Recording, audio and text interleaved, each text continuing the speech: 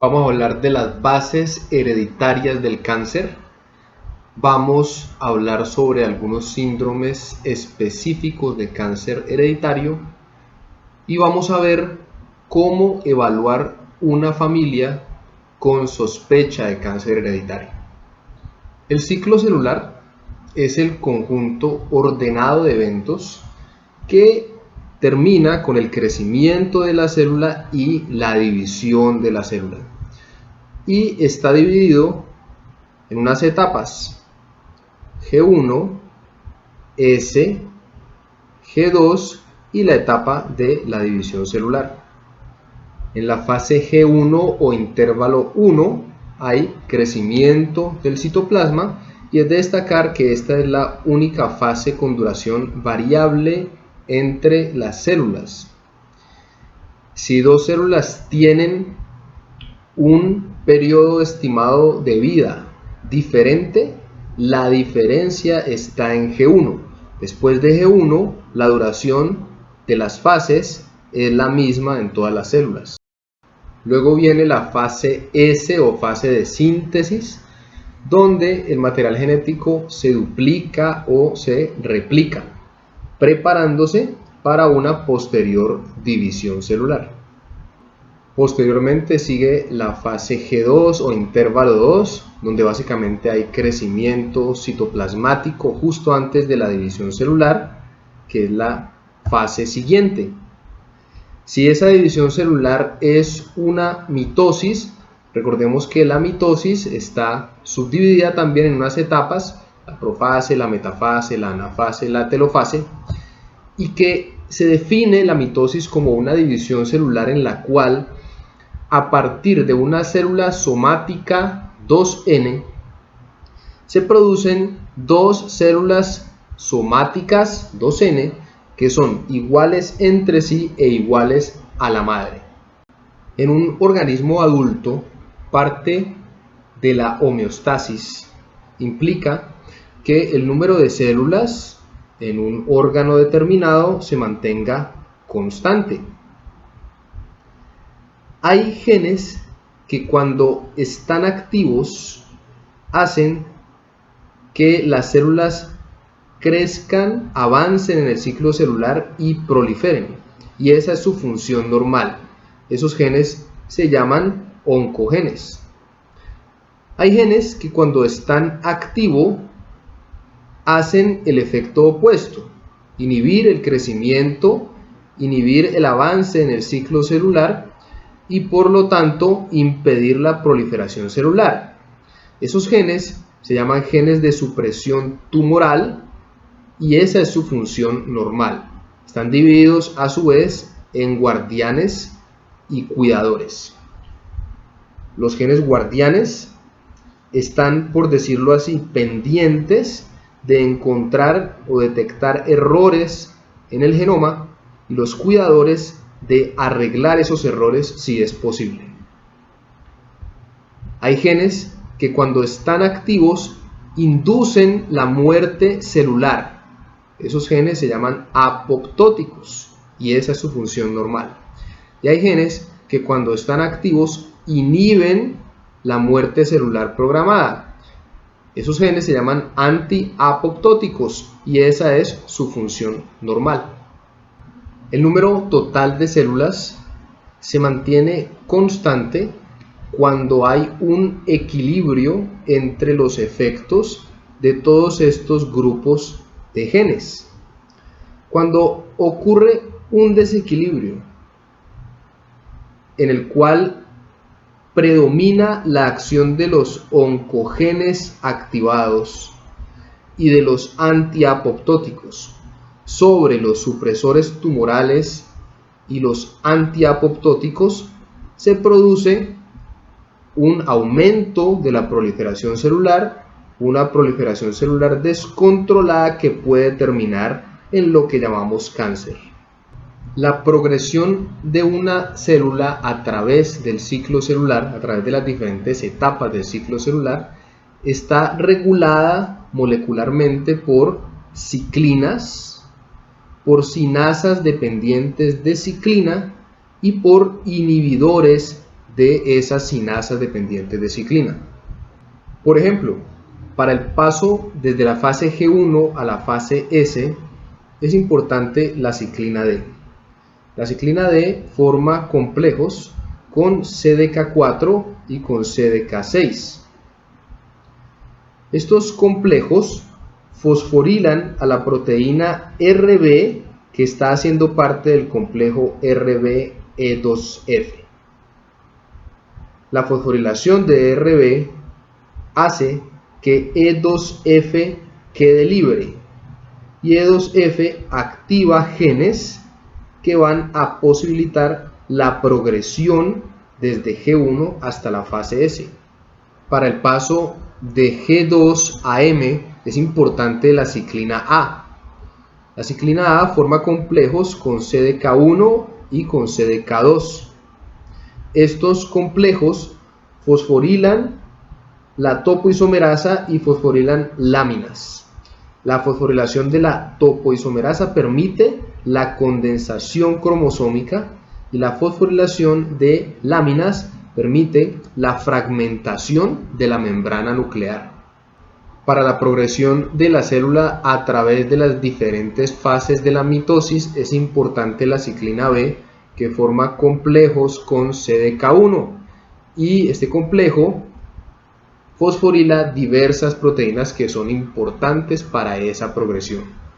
Entonces, hay varios grupos de genes y subgrupos de genes que están encargados de controlar el ciclo celular.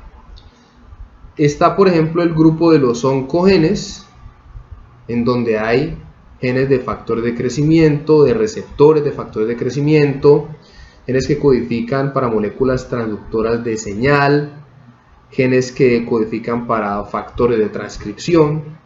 Está el grupo de los genes supresores. Dentro de este grupo hay genes que codifican para moléculas de superficie celular, para reguladores de la transducción de señal, para reguladores de transcripción. Está el grupo de los proapoptóticos. Está el grupo de los antiapoptóticos y está el grupo de los controladores de la progresión del ciclo celular, que dijimos que eran las ciclinas, las cinasas dependientes de ciclina y los inhibidores de estas cinasas dependientes de ciclina. Una célula de cáncer adquiere sus características de célula de cáncer a través de la acumulación de mutaciones. Para acumular mutaciones se necesita solamente tiempo. Todos vamos acumulando mutaciones con los años. Por eso es relativamente esperado que el cáncer ocurra en personas de edad avanzada. Sin embargo, puede haber personas que nacen con una mutación en todas sus células de algún gen de estos que mencionamos y que dijimos que eran controladores del ciclo celular, o incluso otros tipos de genes que predisponen a cáncer. Entonces, para estas personas que ya nacen con una mutación de riesgo, pues es más fácil acumular las otras mutaciones restantes en una célula determinada y que esta célula se vuelva una célula de cáncer y origine un tumor. Por decirlo así, las personas que tienen mutaciones, que nacen con mutaciones en algún gen de predisposición a cáncer, lo que tienen es una ventaja sobre las demás, ventaja entre comillas, para desarrollar la enfermedad más tempranamente. A pesar de que en el gremio médico es conocido desde hace años el tema de la predisposición genética a cáncer, en el año 2013 este tema fue muy sonado en la población general, porque en mayo 16 de ese año salió la noticia de que Angelina Jolie se había hecho una mastectomía por ser portadora de mutación en un gen de predisposición a cáncer. A los pocos días, el 21 de mayo, sacan la noticia de que el primer hombre se hizo una prostatectomía, se sometió a una prostatectomía por ser portador de mutación en un gen también de predisposición a cáncer.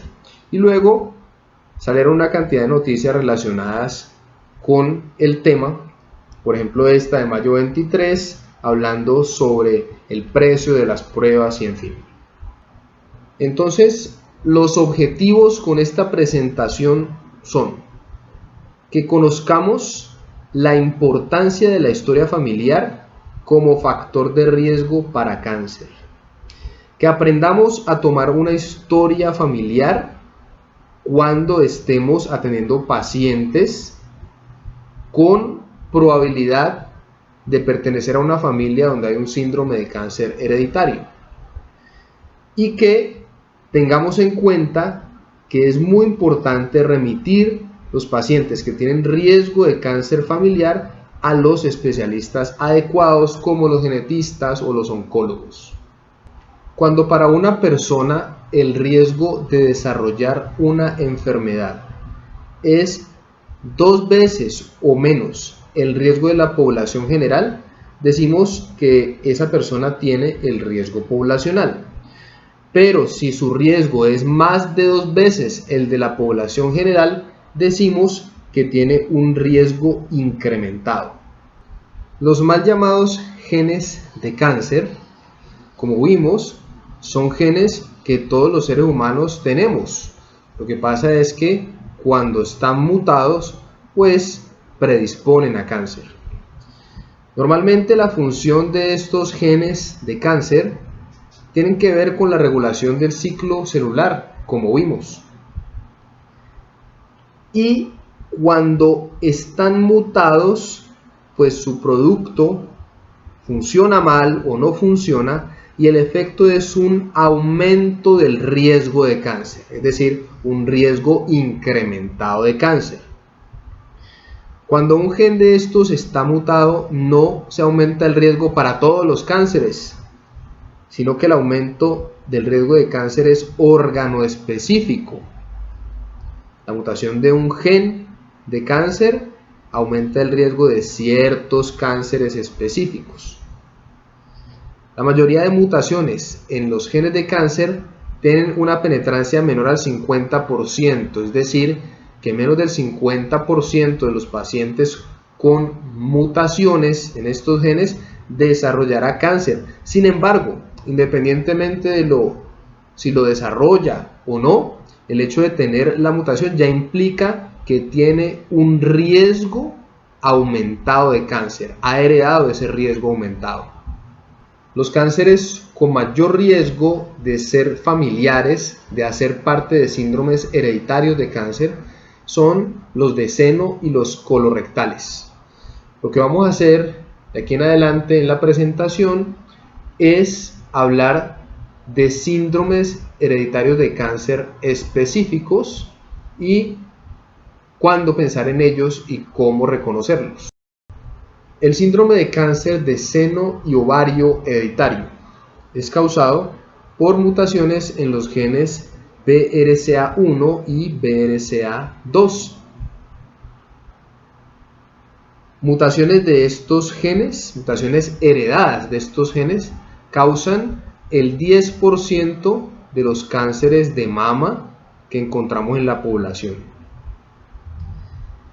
Una persona de cada 400 en la población general es portadora de mutaciones en alguno de estos dos genes. El riesgo de cáncer de mama en la población general es 11%, pero en personas con mutaciones en BRCA1 o BRCA2 el riesgo se aumenta a 85%.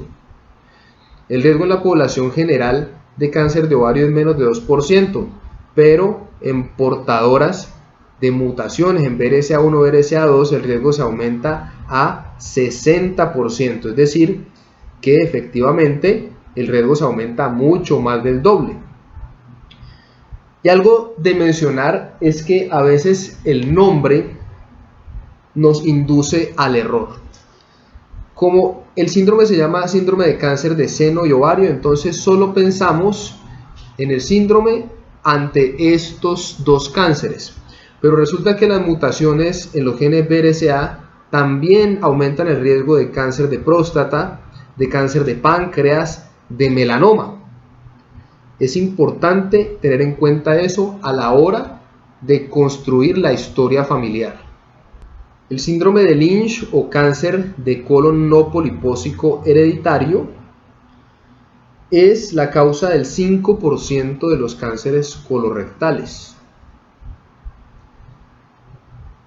En este síndrome no solamente está aumentado el riesgo de cáncer colorectal, también se aumenta el riesgo de cáncer endometrial, de cáncer de ovario y cánceres del tracto renal. Puede ser causado este síndrome por mutaciones en diferentes genes como MLH1, MSH2, MSH6. La poliposis adenomatosa familiar es una condición en donde está aumentado el riesgo de cáncer colorectal. Los pacientes desarrollan múltiples pólipos que invariablemente se van a malignizar. Si a ellos no se les hace una colectomía profiláctica de la zona pues que esté afectada, el 95% de ellos va a desarrollar un cáncer colorectal antes de los 45 años. Esta enfermedad es causada por mutación en el gen APC. Los pacientes, además de estos pólipos que se pueden malignizar, también pueden presentar osteomas en diferentes partes del cuerpo, usualmente en la mandíbula. En la enfermedad de von Hippel-Lindau, los pacientes desarrollan quistes renales, quistes en el epidídimo, quistes pancreáticos. Los quistes renales tienen alto riesgo de terminar en carcinomas de células renales. También los pacientes con esta enfermedad tienen riesgo de desarrollar feocromocitomas y hacen tumores no malignos, que son los hemangioblastomas. Sin embargo, esos tumores, aunque son benignos, tienen ubicaciones que son de riesgo. Por ejemplo, en la retina o en el sistema nervioso central, donde pueden comprimir estructuras importantes y comprometer la vida. Esta enfermedad es causada por mutaciones en el gen VHL. El síndrome de Li-Fraumeni es causado en la mayoría de casos por mutaciones en el gen P53. Sin embargo, también se puede causar por mutaciones en CHEK2. Este síndrome causa el 1% de los cánceres de seno familiares. No hay un patrón como tan específico como el que veíamos en los síndromes anteriores, pero se pueden encontrar en las familias casos de cáncer de seno bilateral, casos de cáncer de seno en hombres, sarcomas, gliomas, carcinoma de la corteza renal, varios miembros afectados con cáncer en la familia a edades tempranas. Y un grupo grande de enfermedades que predisponen a cáncer es el grupo de los defectos de la reparación del ADN. Los defectos de la reparación del ADN son causados por mutaciones en los genes que llamamos cuidadores. Estos genes codifican para proteínas que son las que llevan a cabo los mecanismos de reparación del ADN. Recordemos que los mecanismos de reparación del ADN nos sirven para, como la palabra lo dice, reparar daños adquiridos del ADN, pero que también tienen un papel estos mecanismos en la generación de la diversidad inmunológica, porque estas proteínas cuidadoras son las que, entre comillas, reparan la unión de esas rupturas intencionales que se hacen en los segmentos VDJ de los genes de las inmunoglobulinas y de los receptores de antígeno. Los defectos de la reparación del ADN son varios y cada uno tiene sus características clínicas particulares. Sin embargo, entre todos comparten ciertas características clínicas, es decir, que están fenotípicamente sobrelapados. Entonces, por lo general, todos son autosómicos recesivos, todos implican una hipersensibilidad al sol. Los pacientes sufren quemaduras graves con exposiciones al sol que en una persona normal no desencadenarían ningún efecto. Los pacientes tienen riesgo incrementado de cáncer y por eso los estamos viendo aquí en la clase de cáncer hereditario. Y los pacientes con defectos de la reparación del ADN presentan inmunodeficiencia, porque ya explicamos que los mecanismos de reparación del ADN eran importantes para garantizar la diversidad inmunológica. Como dijimos, son varios los síndromes que hacen parte de los defectos de reparación del ADN. Ahí está un listado de algunos de ellos y lo que vamos a hacer de aquí en adelante es revisar con un poco de detalle algunos de ellos. La ataxia telangiectasia, aparte de las 4 cosas que se sobrelapan en todos, tiene de particular que produce problemas neurológicos como ataxia, apraxia oculomotora, estrabismo, disartria, movimientos involuntarios, alteraciones de la deglución. Produce telangiectasias en diferentes partes del cuerpo, talla baja, pubertad retrasada. El síndrome de Bloom, aparte de las 4 cosas, talla baja, rash en mariposa en la cara, predisposición a enfermedad pulmonar crónica, predisposición a diabetes.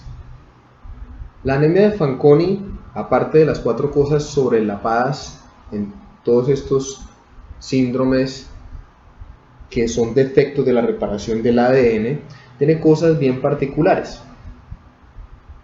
Produce talla baja, produce una anemia aplásica y produce otras anomalías que son dismorfismos. Entonces los pacientes pueden tener anomalías radiales de los huesos en la parte radial de la mano, entonces anomalías en los pulgares, en el radio, por ejemplo. Aquí vemos la imagen de este niño con anemia de Fanconi que tiene los pulgares desarticulados, por ejemplo. Pueden tener anomalías vertebrales, anomalías de las costillas, anomalías renales, microcefalia, microftalmia, cardiopatía tipo CIA, CIB. Entonces, este tiene de particular que tiene unas manifestaciones que uno pudiera identificar incluso desde que el paciente nace. La anemia de Fanconi es una enfermedad con gran heterogeneidad genética. Todos estos genes se han identificado como causantes de anemia de Fanconi, están ubicados en diferentes autosomas e incluso hay uno con ubicación en el cromosoma X. El síndrome de Nijmegen, aparte de las 4 cosas sobrelapadas en estos síndromes, cursa con microcefalia, restricción del crecimiento intrauterino, talla baja, el tercio medio de la cara es prominente y tiene también un componente de dificultad del aprendizaje. El Xeroderma pigmentosum, aparte de las 4 cosas sobrelapadas en todos estos síndromes, se caracteriza porque los pacientes son extremadamente sensibles al sol en la piel y en los ojos. Y además presentan problemas neurológicos como sordera, descoordinación, espasticidad y retraso del desarrollo. Otro grupo de enfermedades que implican riesgo aumentado de cáncer son las rasopatías. Cuando un factor de crecimiento actúa sobre una célula, generalmente lo hace sobre un receptor. Este receptor a su vez tiene generalmente también actividad de tirosinquinasa. Lo que hace el receptor es fosforilar unas proteínas llamadas adaptadoras y estas hacen que GTP fosforile a su vez a la familia de proteínas RAS. Estas a su vez activan a la familia de proteínas MAP3K, estas activan a la familia MAP2K, estas activan a la familia MAPK y estas últimas ingresan al núcleo y allí inducen la fosforilación de factores de transcripción específicos que llevan a que finalmente haya proliferación celular. Hay otras moléculas que participan en la vía, ya sea inhibiéndola o ya sea reforzándola o activándola. Cuando genes que codifican para proteínas de esta vía están mutados, pues se producen enfermedades que en conjunto llamamos rasopatías. Ahí está el síndrome de Noonan, el síndrome de Costello, el cardiofacio cutáneo, el síndrome de Leopard. Cada uno es un síndrome diferente, con características particulares, pero se sobrelapan porque tienen anomalías craneofaciales, alteraciones en la piel, cardiopatías y riesgo aumentado de cáncer. Si una persona consulta porque ha estado afectada o está afectada de cáncer o porque hay casos de cáncer en su familia y quiere saber el riesgo de que se trate de un cáncer familiar, lo que se debe hacer es recolectar la información en un heredograma de 3 generaciones. Se recomiendan 3 generaciones porque es de los familiares que se supone que uno tiene información segura. De pronto, familiares más lejanos no me voy a acordar de ellos.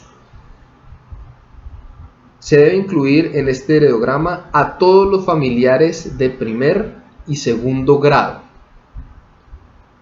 Se debe incluir tanto a los familiares afectados como a los no afectados.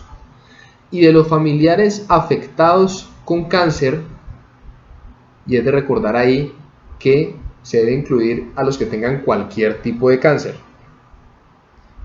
Se debe anotar de estas personas qué tipo de cáncer fue y a qué edad ocurrió el cáncer. Después de hacer esto, debemos pensar que efectivamente se trate de una historia con un riesgo de cáncer familiar si nos encontramos 2 o más personas relacionadas con el mismo tipo de cáncer, si nos encontramos combinaciones inusuales de cáncer en la familia o en un solo individuo, así no haya más casos en la familia. Por ejemplo, que en la misma familia haya casos de cáncer de seno y de ovario, o cáncer colorectal y otra persona con cáncer endometrial, o que no haya varios casos pero haya una sola persona con cáncer de seno y de ovario, o una sola persona con cáncer colorectal y endometrial. Eso es muy raro. Si encontramos en el heredograma que ocurre el mismo tipo de cáncer en generaciones sucesivas, o si encontramos que hay casos, así sea uno solo, de cáncer a edad muy joven. Para cáncer, una edad temprana es por debajo de los 50 años. Si efectivamente el análisis del caso me lleva a pensar que se puede tratar de una familia donde hay una mutación que predispone a cáncer, entonces el proceso que se debe seguir inicia con la identificación de la mutación. Idealmente, el examen genético para identificar la mutación de la familia se debe hacer en una persona que esté afectada, porque si en la familia hay realmente una mutación de cáncer, pues quien seguro la tiene o quien más probabilidades tiene de portar la mutación es un individuo afectado. Hoy en día, gracias a la secuenciación de nueva generación, contamos con la posibilidad de realizar paneles que analizan la secuencia y la presencia de lesiones y duplicaciones de cierto tamaño en muchos genes al mismo tiempo. Entonces se pueden utilizar paneles para cáncer hereditario para estudiar inicialmente estas familias. Si en el análisis genético que realicé al paciente afectado logro identificar la mutación causante del síndrome hereditario de cáncer, pues el siguiente paso es ofrecer la realización de la prueba a los familiares en riesgo. Sin embargo, esta prueba que voy a ofrecer ahora es más específica porque ya tengo el gen y la mutación identificados. Entonces, no tengo que hacer paneles genéticos al resto de familiares afectados, sino evaluar el gen específico. Finalmente, para las personas que encuentre portadoras de la mutación que predispone a cáncer, tiene que haber algo que hacer, y eso hace parte de lo que llamamos la utilidad clínica de la prueba. Y siempre hay algo que hacer, al menos la consejería genética, establecer para esa persona el riesgo de tener descendencia que tenga la mutación y tenga riesgo aumentado de cáncer. Pero también existen posibilidades para la persona portadora de la mutación. Existen, por ejemplo, cirugías profilácticas. Entonces, en el caso de riesgo aumentado de cáncer de mama y de ovario, por ejemplo, mastectomías o oophorectomías.